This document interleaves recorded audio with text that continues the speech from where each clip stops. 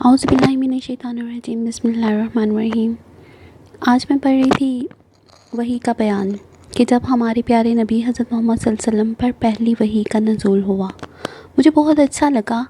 میں نے سوچا کہ چلیں آپ سب کو بھی سنایا جائے۔ ترجمہ: ہم کو یحییٰ بن بکیر نے یہ حدیث بیان کی۔ وہ کہتے ہیں کہ اس حدیث کو ہم کو لیث نے خبر دی۔ لیث عقیل سے روایت کرتے ہیں، عقیل ابن شہاب سے، وہ عروہ بن زبیر سے، وہ ام المؤمنین حضرت عائشہ رضی اللہ تعالیٰ عنہ سے نقل کرتے ہیں کہ انہوں نے بتلایا کہ حضرت صلی اللہ علیہ وآلہ وسلم پر وحی کا ابتدائی دور اچھے سچے پاکیزہ خوابوں سے شروع ہوا۔ آپ صلی اللہ علیہ وسلم خواب میں جو کچھ دیکھتے وہ صبح کی روشنی کی طرح صحیح اور سچا ثابت ہوتا۔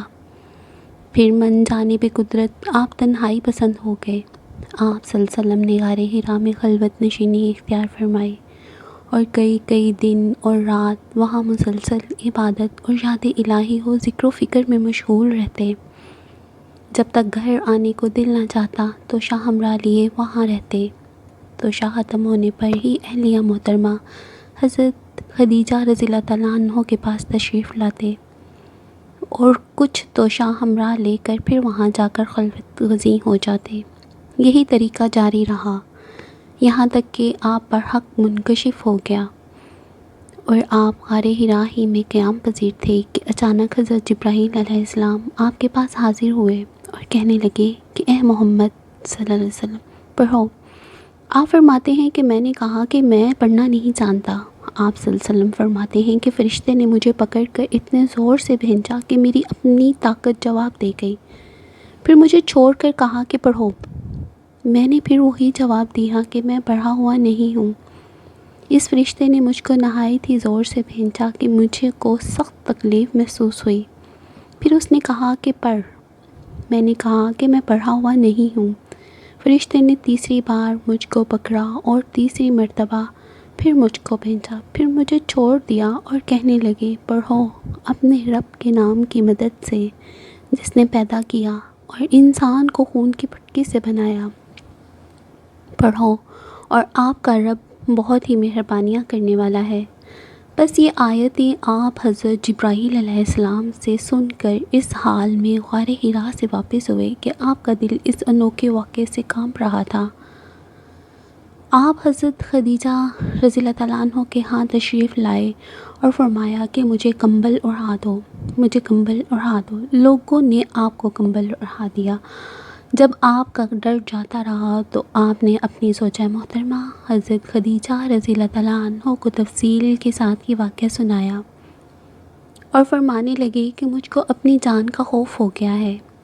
آپ کی اہلیہ محترمہ حضرت خدیجہ رضی اللہ تعالیٰ عنہ نے آپ کی ڈھارس بندھائی اور کہا کہ آپ کا خیال صحیح نہیں ہے، خدا کی قسم آپ کو اللہ کبھی رسوا نہیں کرے گا۔ آپ تو اخلاق کے فاضلہ کے مالک ہیں، آپ تو کنبہ پرور ہیں، بے کسوں کا بوجھ اپنے سر پر رکھ لیتے ہیں، مفلسوں کے لیے آپ کماتے ہیں، مہمان نوازی میں آپ بے مثال ہیں اور مشکل وقت میں آپ امر حق کا ساتھ دیتے ہیں۔ ایسے اوصاف حسنہ والا انسان یوں بے وقت ذلیل و خواری کی موت نہیں پا سکتا۔ پھر مزید تسلی کے لیے حضرت خدیجہ رضی اللہ تعالیٰ عنہ آپ صلی اللہ علیہ وسلم کو ورقہ بن نوفل کے پاس لے گئیں جو ان کے چچا زاد بھائی تھے اور زمانہ جاہلیت میں نصرانی مذہب اختیار کر چکے تھے اور عبرانی زبان کے کاتب تھے۔ چنانچہ انجیل کو بھی حسب منشائے خداوندی عبرانی زبان میں لکھا کرتے تھے۔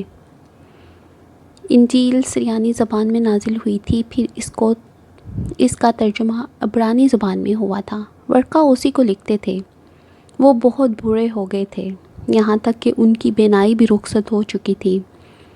حضرت خدیجہ رضی اللہ تعالیٰ عنہ نے ان کے سامنے آپ کے حالات بیان کیے اور کہا کہ اے چچا زاد بھائی، اپنے بھتیجے حضرت محمد صلی اللہ علیہ وسلم کی زبانی ذرا ان کی کیفیت سن لیجئے۔ وہ بولے کہ بھتیجے، آپ نے جو کچھ دیکھا ہے اس کی تفصیل سناؤ۔ آپ صلی اللہ علیہ وسلم نے اول تا آخر پورا قصہ، پورا واقعہ سنایا۔ جسے سن کر ورقہ بے اختیار ہو کر بول اٹھے کہ یہ تو وہی ناموس معزز رازدان فرشتہ ہے جسے اللہ نے حضرت موسیٰ علیہ السلام پر وحی دے کر بھیجا تھا۔ کاش میں آپ کے اس عہد نبوت کے شروع ہونے پر جو جوان عمر ہوتا ہے، کاش میں اس وقت تک زندہ رہتا جب کہ آپ کی قوم آپ کو اس شہر سے نکال دے گی۔ رسول کریم صلی اللہ علیہ وسلم نے یہ سن کر تعجب سے پوچھا کہ کیا وہ لوگ مجھ کو نکال دیں گے، حالانکہ میں تو ان میں صادق و امین میں مقبول ہوں؟ ورقہ بولے، ہاں یہ سب کچھ سچ ہے، مگر جو شخص بھی آپ کی طرح امر حق لے کر آیا لوگ اس کے دشمن ہو گئے۔ اگر مجھے آپ کی نبوت کا وہ زمانہ مل جائے تو میں آپ کی پوری مدد کروں گا، مگر ورقہ کچھ دنوں کے بعد انتقال کر کے پھر کچھ عرصہ تک وحی کی